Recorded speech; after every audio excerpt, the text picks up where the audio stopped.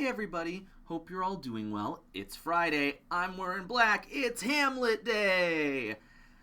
As always, the monologue is in the description below, so take a moment to pause me, read it, and then come on back.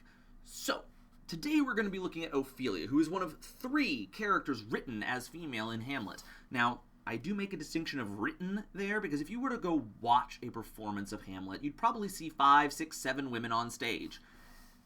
They're not written that way. That's not, Shakespeare wrote primarily male roles because, again, he had all male actors. And in today's scene, a lot of directors will cast women as men to kind of help eliminate that disparity. So there are only 3 female characters written. The 3 are Ophelia, the player queen, who appears in the play within the play, and then Hamlet's mother, Gertrude. And of the 3, Ophelia is the one who has the most change, the most interesting arc, and is by far the most fleshed out of an individual.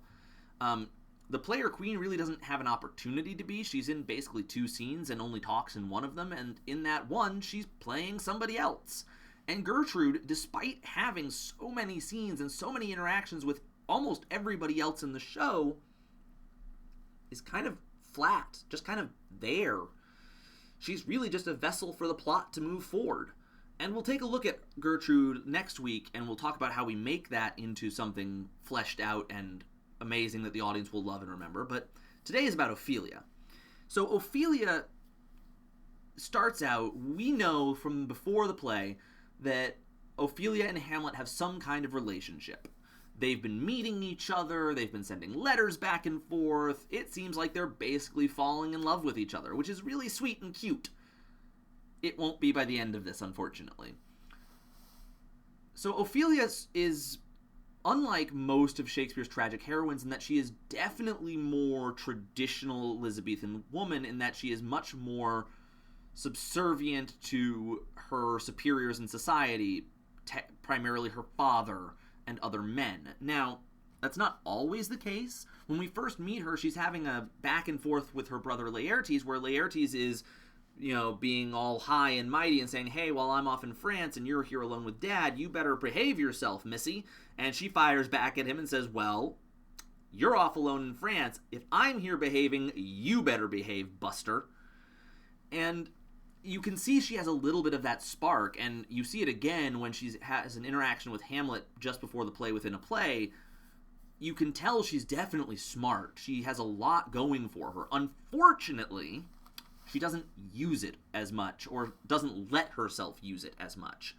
Because then we see her interactions with Polonius. And Polonius enters in, and right after this whole exchange with Laertes I was talking about, Polonius comes in and says, oh, by the way, I've heard you've been spending time with Hamlet. I've heard you've been writing letters with him. You need to cut that out because otherwise you're going to ruin your reputation and mine. And Ophelia just does what he says. She cuts out all communication with Hamlet. Instead of trying to defend herself, she just says, okay, Dad, I'll do that. Juliet would have fought. Desdemona in Othello probably would have fought, but Ophelia just kind of rolls over on it. And that subservience is what leads to what we're going to be looking at today, because later on, Polonius, upon seeing Hamlet being crazy, thinks that, oh, maybe removing Ophelia from him has helped turn him into this crazy person. So, Polonius and Claudius say, hey, we're going to send you, Ophelia, out to go talk with Hamlet. And we're going to watch from over behind the curtain. And we're going to see if this actually does anything. Unfortunately for Ophelia, Hamlet knows that he's being watched, and so continues up the act of being crazy and being mad. And he also adds into it by basically verbally abusing her.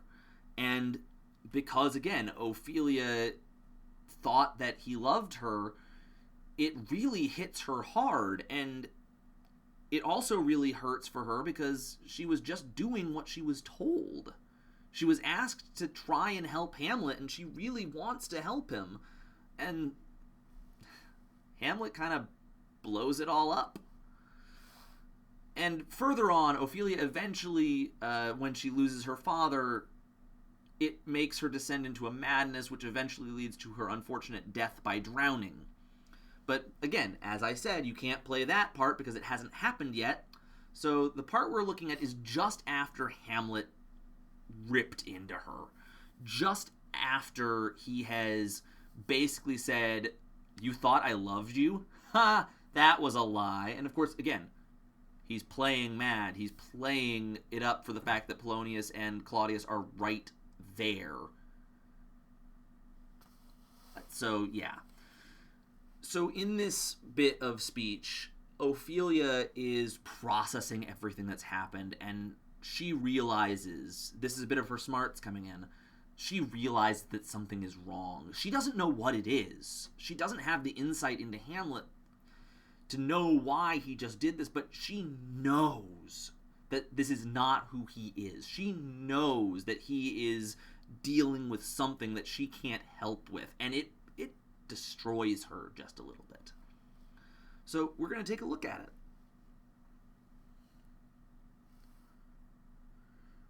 Oh, what a noble mind is here o'erthrown! The courtiers, scholars, soldiers, eye, tongue, sword, the expectancy and rose of the fair state, the glass of fashion and the mould of form, the observ'd of all observers quite down.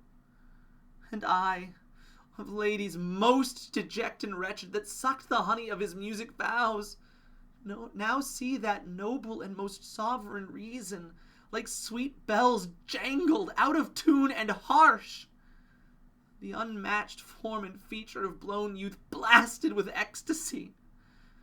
Oh, woe is me, to have seen what I have seen, see what I see. And there's Ophelia in kind of that broken state. So, one last little thing about Ophelia before I sign off for the weekend. I wish I could talk more about her and her individuality, but the unfortunate thing about her is she really only exists in relation to the other characters. It's not like Hamlet, who has entire chunks of time dedicated to himself. It's not like Lady Macbeth in Macbeth, who has large chunks where she is alone and you see where she's going with her brain. Ophelia is always in relation to somebody else. And it's horrifying to watch because, like, if you know other Shakespeare heroines, you think that maybe Ophelia can get through this. But she doesn't, because she can never break out of it.